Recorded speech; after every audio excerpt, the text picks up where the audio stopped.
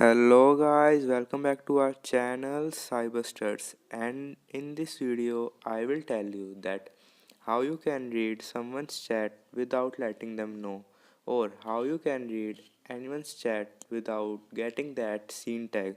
So what you all need to do is to just open your DMs, and for example I want to read my fake account's chat.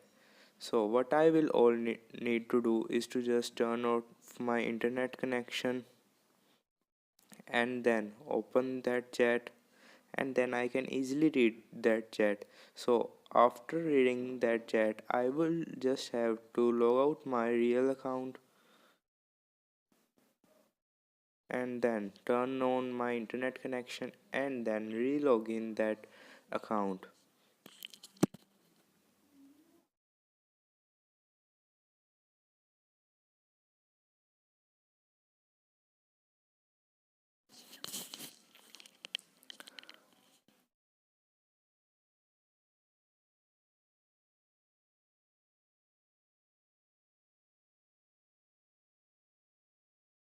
You can see here. So thanks for watching. If